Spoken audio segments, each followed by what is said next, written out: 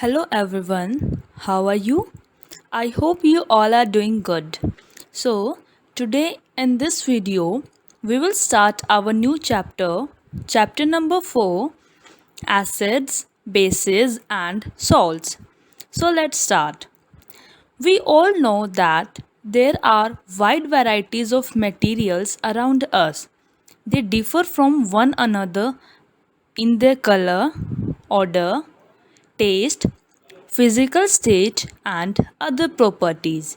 We often use such properties to classify substances and material into different categories. As the chapter name suggests, acid, base, and salts. So let us discuss this. What is acid and what are bases? So, what is acid?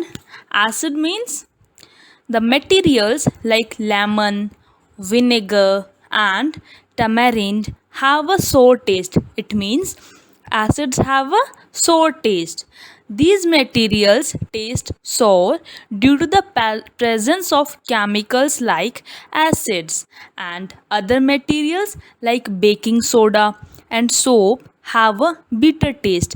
It means bases have a bitter taste, and it is due to the presence of chemicals called bases. Let us discuss about the types of acids. Acids are mainly classified into two categories. One is organic acids and the second is mineral acid, and we also call mineral acid as inorganic acids. So, what are organic acids? Acids that occur naturally are called organic acids. Example like citric acid, which are mainly found in the lemon and oranges. Second, tartaric acid, which is found in the grapes and tamarind. Third, lactic acid, which is found in the milk. So, next is mineral acid or inorganic acids. Acids that are prepared from minerals present in the earth are called mineral acids. What are the examples of mineral acids? Sulfuric acid. So, the formula for sulfuric acid is H2SO4. Next is hydrochloric acid, that is HCl, and nitric acid, that is HNO3. Acids manufactured in the factories are highly concentrated, that is, the water content in them is very low. Their concentration can be decreased by adding water to them. Acids having a low concentration are called as dilute acid, or we can say a dilute acid is that in which the concentration of the water mixed in the acid is higher than the concentration of the acid itself. So, now students always remember that you have to add acid to water. Always remember you have to add acid to the water and never add water to the acid. Okay? Never add water to the acid. Next is bases and alkalis. So, what is bases? We have discussed earlier. Bases are bitter in taste and have a soapy feel. So, what are alkali? Most bases are insoluble. However, some bases are soluble in water. A soluble base is known as a alkali. For example, sodium hydroxide and aluminum hydroxide are both bases. However, sodium hydroxide is also termed as an alkali because it is soluble in water. Now, bases are strong bases and weak bases. So, what are these? Strong base. A strong base is a compound that can completely dissociate into its cation and hydroxyl ion in aqueous solution. Like example, sodium hydroxide NaOH and potassium hydroxide KOH. These are strong bases. Weak bases. A weak base is a compound that partially dissociate into its hydroxyl ion and the cation, creating an equilibrium condition. Examples: ammonium hydroxide NH4OH, aluminium hydroxide AlOH thrice, and copper hydroxide CuOH twice. These are weak bases. Next is indicators.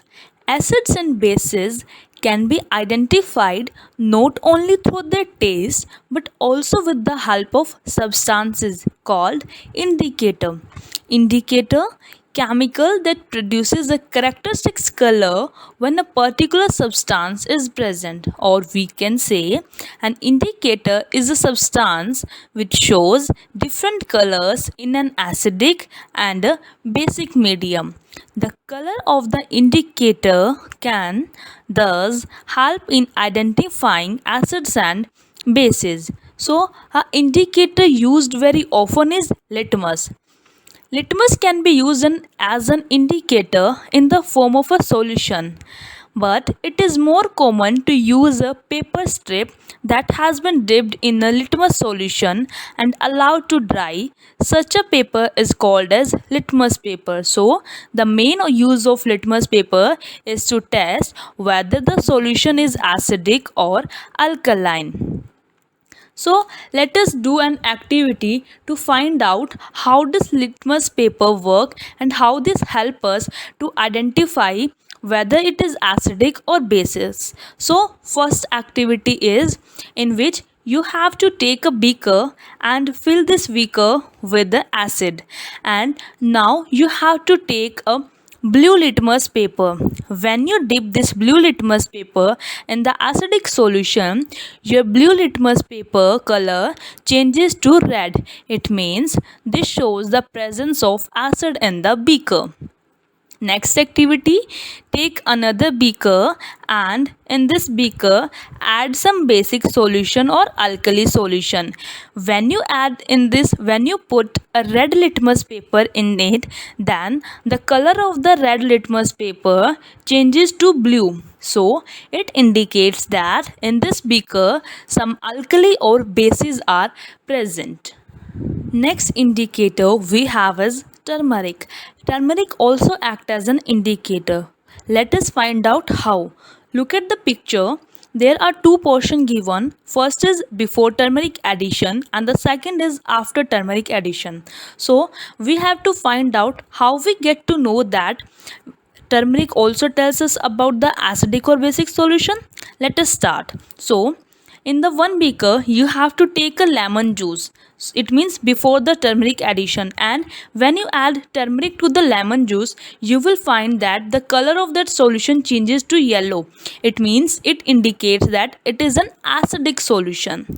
In the another beaker, you have to take some bleach and water. Bleach is a basic, okay, bleach plus water it shows basic, and when you add turmeric to that, its color changes to the red. It means the solution is basic in nature. So this turmeric also acts as an indicator. Next indicator we have is China rose or the hibiscus. Okay, so it also used as a natural indicators. So what does it do?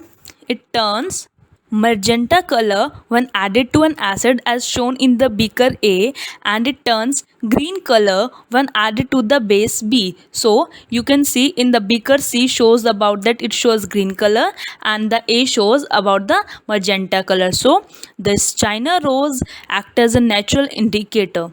Next indicator we have is a phenolphthalein. This is also used as indicator. It is colorless in acidic solution and it turns pink in basic medium. You can see in the picture also. So up to here, I hope all these concepts are clear to you. Thank you very much.